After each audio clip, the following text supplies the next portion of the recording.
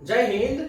इस अध्याय में राज्य के राज्यपालों की नियुक्ति, उनकी योग्यताएं, कार्यालय की शर्तें, राज्य की कार्यकारी शक्तियां, कैबिनेट, सरकारी मामलों के प्रबंधन और राज्य के महाअधिवक्ता के प्रावधान शामिल है, जिसमें भारतीय संविधान के आर्टिकल 153 से 167 आज के वीडियो में हम विश्लेषण कर रहे हैं। राज्यपाल की नियुक्ति राष्ट्रपति के द्वारा की जाती है। केवल वही व्यक्ति जो भारत का नागरिक है और 35 वर्ष की आयु पूरी कर चुका है, वह राज्यपाल के रूप में नियुक्ति के लिए पात्र माना जा सकता है।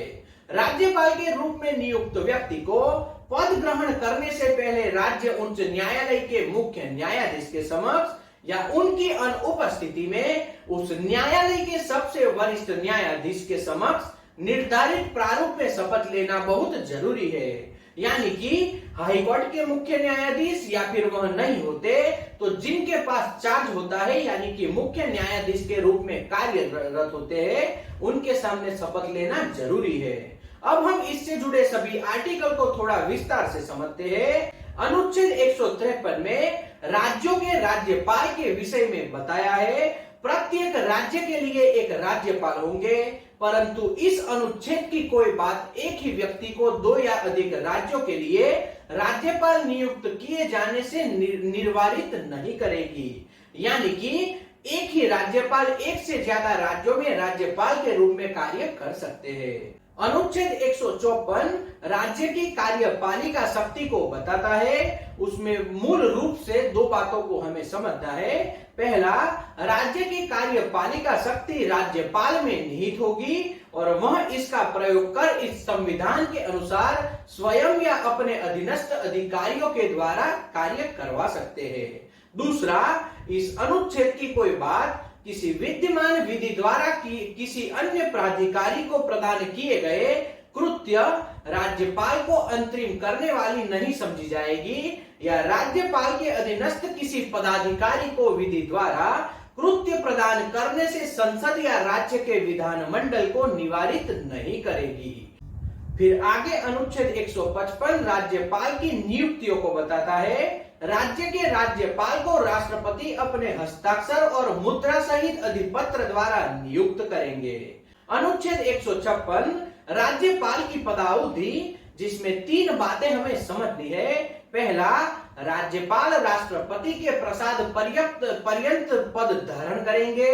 दूसरा, राज्यपाल राष्ट्रपति को संबोधित अपने हस्ताक्षर सहित लेख द्वारा अपना पद त्याग सकते हैं। तीसरा, इस अनुच्छेद के पूर्वगामी उपबंधों के अधीन रहते हुए राज्यपाल अपने पद ग्रहण की तारीख से 5 वर्ष की अवधि तक अपना पद धारण करेंगे, परंतु राज्यपाल अपने पद की अवधि समाप्त हो जाने पर भी तब तक पद धारण करके रखेंगे जब तक उसका उत्तराधिकारी अपना पद ग्रहण नहीं कर लेता है। यानी कि दूसरे राज्यपाल अपना पद नहीं ग्रहण करते तब तक अपने पद पर राज्यपाल बने रहेंगे। अनुच्छेद 157 राज्यपाल नियुक्त होने के लिए बहुत जरूरी है। तो कोई व्यक्ति राज्यपाल नियुक्त होने के पात्र तभी होगा जब वह भारत का नागरिक होगा और उसने 35 वर्ष की आयु पूर्ण की होगी। यानी कि आगे भी हमने देखा, इन 2 शर्तों को जो मान लेता है वही राज्यपाल बन सकता है। अनुच्छेद 158 राज्यपाल पद के लिए शर्तें, जिसमें 4 बातों को हमें ध्यान में रखना है। पहला, राज्यपाल संसद के किसी सदन का या पहली अनुसूची में विनिर्दिष्ट किसी राज्य के विधानमंडल के किसी सदन का सदस्य नहीं होगा और यदि संसद के किसी सदन का या ऐसे किसी राज्य के विधानमंडल के किसी सदन का कोई सदस्य राज्यपाल नियुक्त हो जाता है तो यह समझा जाएगा कि उसने सदन में अपना स्थान राज्यपाल के रूप में अपने पद ग्रहण की तारीख से रिक्त कर दिया है। दूसरा, राज्यपाल अन्य कोई लाभ का पद धारण नहीं करेगा। तीसरा, राज्यपाल बिना किराया दिए अपनी शासकीय निवासों का उपयोग के लिए हकदार होगा और ऐसी उपलब्धियां, भत्तों और विशेषाधिकारों का भी जो संसद विधि द्वारा अवधारित करे और जब तक इस निमित्त इस प्रकार उपबंध नहीं किया जाता तब तक ऐसी उपलब्धियों का भत्तों और विशेष अधिकारों का जो दूसरी अनुसूची में विनिर्दिष्ट है ऐसी बातों का हकदार होगा। इस तरह से राज्यपाल को बहुत सी छूट दी जाती है। जहां एक ही व्यक्ति को 2 या अधिक राज्यों का राज्यपाल नियुक्त किया जाता है, वहां उस राज्यपाल को संदेह उपलब्धियां और भत्ते उन राज्यों के बीच ऐसे अनुपात में आवंटित किए जाएंगे जो राष्ट्रपति आदेश के द्वारा अवधारित करेंगे। यानी कि 2 से अधिक राज्यों के लिए जिसे राज्यपाल बनाया जाएगा, वहां पर राष्ट्रपति तय करेंगे कि उनको कितनी ताकत दी जाएगी। चौथा, राज्यपाल की उपलब्धियां और भत्ते उसकी पदावधि के दौरान कम नहीं किए जाएंगे, यानी कि उनकी सैलरी कभी भी कम नहीं की जाएगी। अनुच्छेद 159 राज्यपाल द्वारा शपथ या प्रतिज्ञान के विषय को दर्शाता है, जिसमें प्रत्येक राज्यपाल और प्रत्येक व्यक्ति जो राज्यपाल के कृत्यों को निर्वहन कर रहा है, अपने पद ग्रहण करने से पहले उस राज्य के संबंध में आधिकारिक का प्रयोग करने वाले उच्च न्यायालय के मुख्य न्यायाधीश या उनकी अनुपस्थिति में उस न्यायालय के उपलब्ध ज्येष्ठ न्यायाधीश के समक्ष निम्नलिखित प्रारूप में शपथ लेगा या प्रतिज्ञान करेगा और उस पर अपने हस्ताक्षर करेगा। यानी कि मुख्य न्यायाधीश के सामने शपथ लेगा और शपथ पत्र के ऊपर अपने हस्ताक्षर करेगा। अनुच्छेद 160 कुछ आकस्मिकताओं के राज्यपाल के कृत्यों का निर्वहन।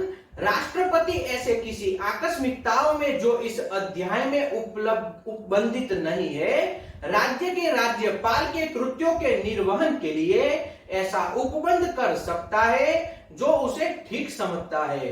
तो इस तरह से भी उन्हें अधिक शक्ति दी जाती है। अनुच्छेद 161 समयादि की और कुछ मामलों में दंडादेश के निलंबन, परिहार या लघुकरण की राज्यपाल की शक्तियों के विषय में बताता है। किसी राज्य के राज्यपाल को उस विषय संबंधी जिस विषय पर उस राज्य की कार्यपालिका शक्ति का विस्तार है, किसी विधि के विरुद्ध किसी अपराध के लिए सिद्ध दोष ठहराए गए किसी व्यक्ति के दंड को क्षमा, उसका प्रविलंबन, विराम या परिहार करने की अथवा दंडादेश के निलंबन, परिहार या लघुकरण की शक्तियों को दर्शाता है। तो इस तरह से कुछ अलग बातों को इस आर्टिकल में बताया गया है। अनुच्छेद 163 राज्यपाल को सहायता और सलाह देने के लिए मंत्री परिषद, जिसमें 3 बातों को हमें समझना है। पहला, जिन बातों में इस संविधान द्वारा इसके अधीन राज्यपाल से यह अपेक्षित है कि वह अपने कृत्य या उनमें से किसी को अपने विवेकानुसार करे, उन बातों को छोड़कर राज्यपाल को अपने कृत्यों का प्रयोग करने में सहायता और सलाह देने के लिए एक मंत्री परिषद होगा, जिसका प्रधान मुख्यमंत्री होगा। यानी कि जिस तरह से राष्ट्रपति के लिए केंद्रीय मंत्रिमंडल की बात बताई है, इसी तरह से राज्य में राज्य के मंत्रिमंडल की बात की गई है। दूसरा, यदि कोई प्रश्न उठता है कि कोई विषय ऐसा है या नहीं जिसके संबंध में इस संविधान द्वारा या इसके अधीन राज्यपाल से यह अपेक्षित है कि वह अपने विवेकानुसार कार्य करे, तो राज्यपाल का अपने विवेकानुसार किया गया विनिश्चय अंतिम होगा। यानी कि उन्होंने लिया निर्णय अंतिम होगा और राज्यपाल द्वारा की गई किसी बात की विधि मान्यता इस आधार पर प्रश्न चिन्ह नहीं की जाएगी कि उसे अपने विवेकानुसार कार्य करना चाहिए था या नहीं। यानी कि राज्यपाल के द्वारा जो निर्णय लिया जाएगा उसके ऊपर कोई भी कार्यवाही नहीं की जाएगी। तीसरा, इस प्रश्न की किसी न्यायालय में जांच नहीं की जाएगी कि क्या मंत्रियों के राज्यपाल को कोई सलाह दी थी और यदि दी है तो क्या दी है। यानी कि किसी भी तरह का कोई जांच इसमें नहीं होगी। अनुच्छेद 164 मंत्रियों के बारे में अन्य उपबंध। पहला, मुख्यमंत्री की नियुक्ति राज्यपाल करेंगे और अन्य मंत्रियों की नियुक्ति राज्यपाल मुख्यमंत्री की सलाह पर करेंगे तथा मंत्री राज्यपाल के प्रसाद पर्यंत अपने पद धारण करेंगे। परंतु छत्तीसगढ़, झारखंड, मध्य प्रदेश और उड़ीसा राज्यों में जनजातियों के कल्याण का भार साधक एक मंत्री होगा, जो साथ ही अनुसूचित जातियां और पिछड़े वर्गों के कल्याण का या किसी अन्य कार्यों का भी भार साधक हो सकता है। यानी कि उसे 2 मंत्रालय भी दिए जा सकते हैं। किसी राज्य की मंत्री परिषद में मुख्यमंत्री सहित मंत्रियों की कुल संख्या उस राज्य की विधानसभा के सदस्यों की कुल संख्या के 15% से अधिक नहीं होगी, परंतु किसी राज्य में मुख्यमंत्री सहित मंत्रियों की संख्या 12 से कम भी नहीं होगी। यानी यहाँ पर दो बातें हमें बताई गई है। परंतु यह और की जहां संविधान 91वां संशोधन अधिनियम 2003 के प्रारंभ पर किसी राज्य की मंत्री परिषद में मुख्यमंत्री सहित की कुल संख्या यथास्थिति उस 15% या पहले परंतु के विनिर्दिष्ट संख्या के अधिक हो सकती है, वहां उस राज्य के मंत्रियों की कुल संख्या ऐसी तारीख से जो राष्ट्रपति लोक अधिसूचना द्वारा नियत करेंगे 6 मास से भीतर इस खंड के उपबंधों के अनुसार लगाई जाएगी।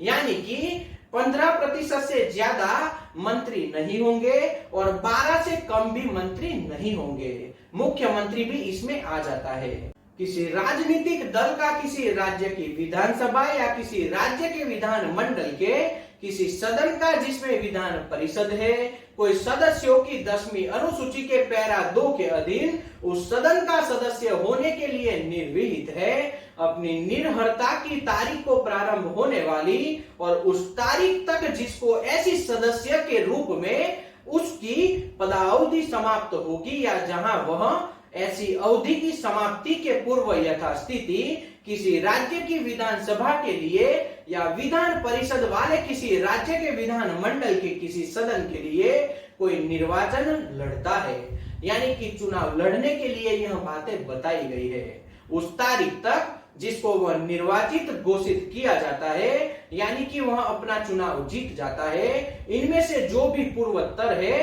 कि अवधि के दौरान खंड 1 के अधीन मंत्री के रूप में नियुक्त किए जाने के लिए वह निर्विहित होगा, यानी कि वह एक जगह पद जीतता है तो दूसरी जगह उसे इस्तीफा सौंपना होगा।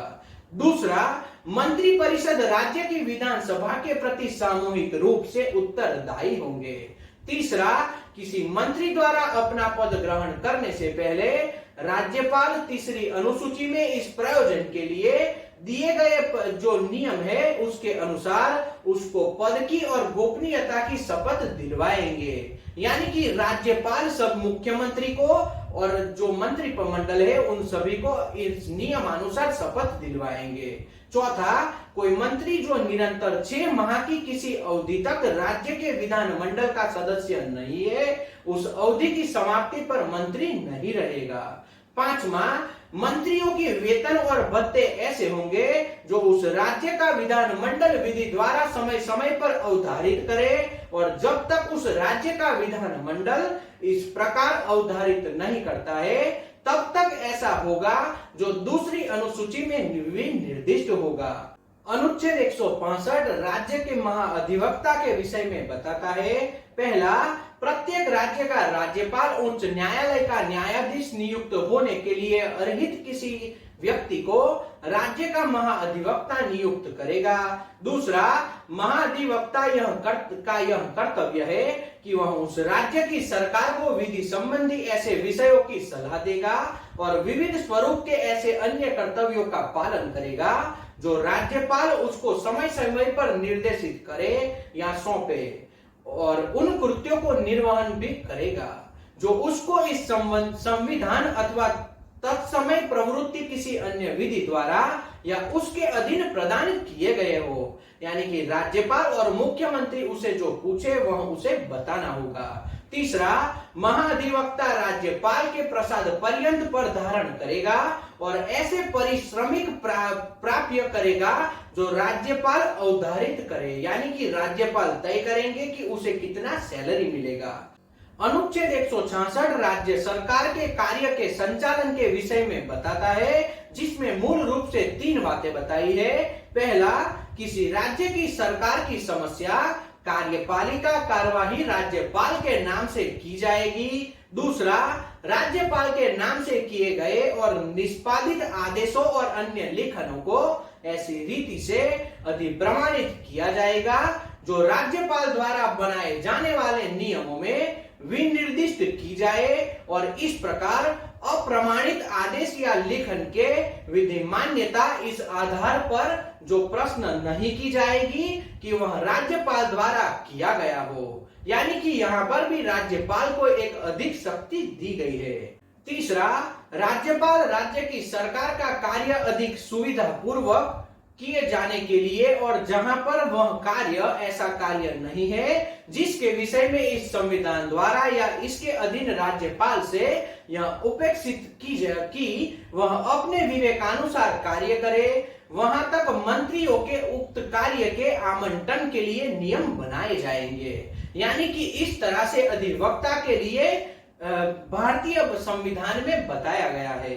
अनुच्छेद 167 राज्यपाल को जानकारी देने आदि संबंध में मुख्यमंत्री के कर्तव्य बताते हैं। प्रत्येक राज्य के मुख्यमंत्री का यह कर्तव्य होगा कि वह राज्य के कार्यों के प्रशासन संबंधी और विधान विषयक प्रस्तावनाओं संबंधी मंत्री परिषद के सभी विनिश्चय राज्यपाल को सुनिश्चित करे। राज्य के कार्यों के प्रशासन संबंधी और विधान विषयक प्रस्तावनाओं संबंधी जो जानकारी राज्यपाल मांगे वह उन्हें सौंपी जाए। किसी विषय को जिस पर किसी मंत्री के विनिश्चय कर दिया है किंतु मंत्री परिषद ने विचार नहीं किया है, राज्यपाल द्वारा अपेक्षा किए जाने पर परिषद के समक्ष विचार के लिए रखे जाए। यानी कि राज्यपाल जो भी कागजात मांगते हैं उन्हें जो भी सब जानकारी चाहिए वह मुख्यमंत्री और उनका पूरा मंत्रिमंडल राज्यपाल को सौंपने के लिए बंधा हुआ है। तो मूल रूप से आज के विश्लेषण में भारतीय संविधान के आर्टिकल 153 से 167 को हमने समझा है। अब आने वाले वीडियो में इससे आगे के विषय को भी हम विश्लेषण करेंगे। यह वीडियो आपको पसंद आया हो तो वीडियो को लाइक और शेयर कीजिए, चैनल को सब्सक्राइब कर लीजिए और साथ ही साथ बेल बटन को दबाना बिल्कुल न भूले ताकि आने वाले वीडियो का नोटिफिकेशन आपको तुरंत मिल सके। तो आज का विश्लेषण यहीं तक। जय हिंद।